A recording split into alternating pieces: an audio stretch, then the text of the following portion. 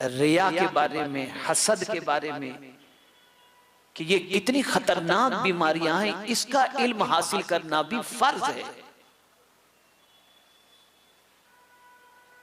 और ये याद रखें कि जिस तरीके से जिस्म बीमार होता है वैसे रूह भी बीमार होती है, और रूह की बीमारी का मामला है दिल का बीमार होना, और दिल बीमार होता है बातिनी खराबियों की बुनियाद पर, यानी दिल के अंदर पैदा होने वाली बुराइयां, जैसे किब्र है, तकब्बुर है, हसद है, गीबत है, कीना है, ये सारी जो चीजें हैं, इन सारी चीजों का पैदा होना दिल के अंदर, ये रूह को बीमार करने वाली बीमारियां हैं। इसकी वजह से इंसान बज़ाहिर एक जिस्म वाला नजर आता है, लेकिन हकीकत में उसकी पोजीशन एक जिंदा लाश की तरह होती है।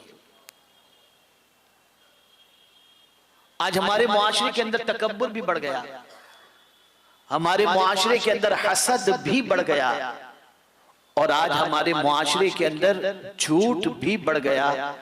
आज इन तीनों बीमारियों के बारे में थोड़ा सा समझें, और ये तीन ऐसे रोग हैं जो इंसान को हलाक कर देते हैं।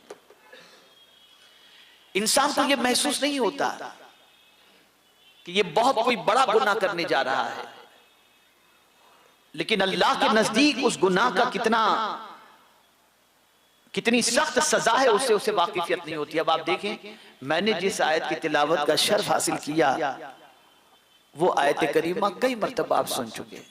अल्लाह इरशाद फरमाता है, वइज़ क़ुल्ना लिल मलाइकति इसजुदू लि आदम फसजदू इल्ला इब्लीस अबा वस्तकबरा व काना मिनल काफिरीन।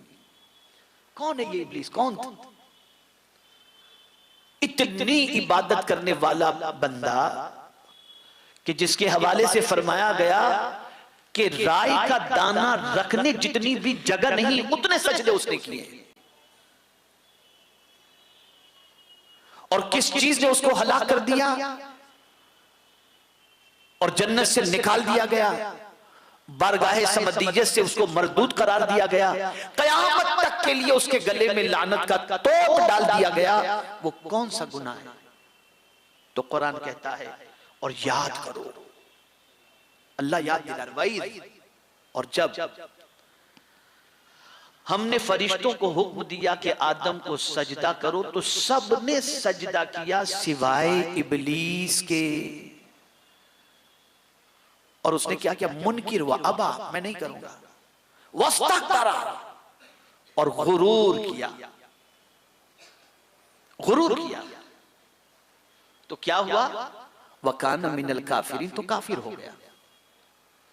खुदा का इनकार नहीं किया, खुदा के फरमान का इनकार किया, और फिर उसने कहा अना खैरुम मिन्हु, जिनको तो ए मेरे मौला सजदा करने के बारे में फरमा रहा है, उनसे तो मैं बेहतर हूं।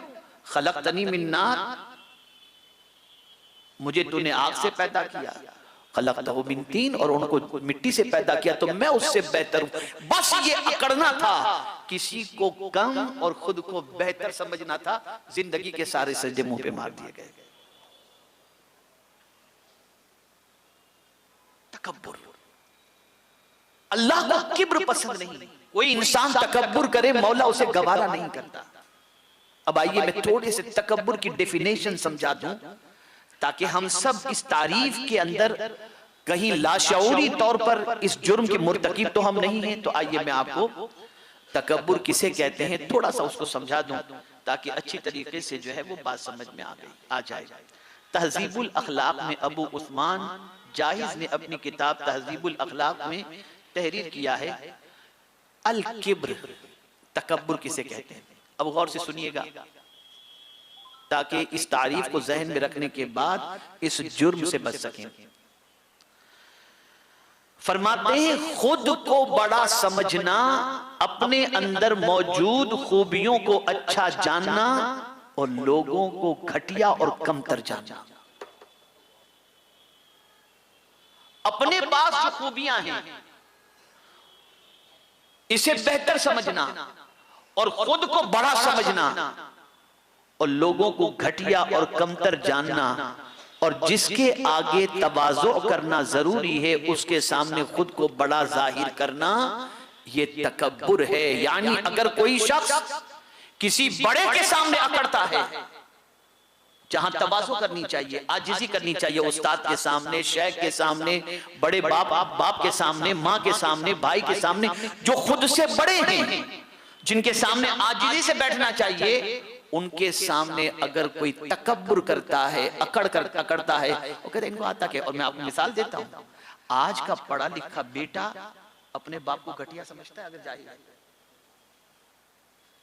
अरे यार छोड़ो, इस बुड्ढे को कुछ नहीं आता, ये क्या। अरे मेरा बाप बेचारा अंगूठा छाप है, और आए तो बैठो अब्बा कहां तुम इधर उधर घूमते रहते। ये जुमले इस्तेमाल होते हैं, ये तकब्बुर है। ये इतना बड़ा गुनाह है जिसकी कोई इंतहा नहीं।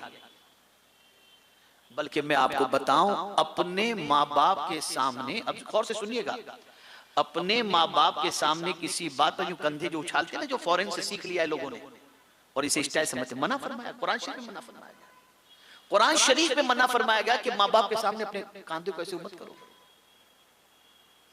बल्कि कुरान कहता है माँ बाप के सामने अपने आप को बिछा के रखो। और आज हम देख रहे हैं कि थोड़ी सी तरक्की मिल जाए तो इंसान दूसरे को घटिया समझता है। अगर कोई मर्तबा मिल गया, शौहर है तो बीवी के हवाले से, सास है तो बहू के हवाले से, पैसा है तो गरीबों के हवाले से, किसी को खातिर में कोई लाता ही नहीं, और खुद ही कोई इंसान सबसे बड़ा समझ बैठता है और समझते हैं मुझसे बड़ा कौन हो सकता है, मैं जो सोचता हूं वो सबसे अच्छा, मैं जो बोल दूं वो सबसे अच्छा, मेरे से ज्यादा दुनिया में कोई अक्लमंद है कि नहीं। ये बहुत खतरनाक चीज है, खुद को बड़ा समझना। बस इतना जुमला याद रखें, खुद को बड़ा समझना और अपने अंदर मौजूद खूबियों की वजह से दूसरे को हकीर समझना, ये सबसे बड़ा गुनाह है, बहुत बड़ा गुनाह है, और इसी को तकब्बुर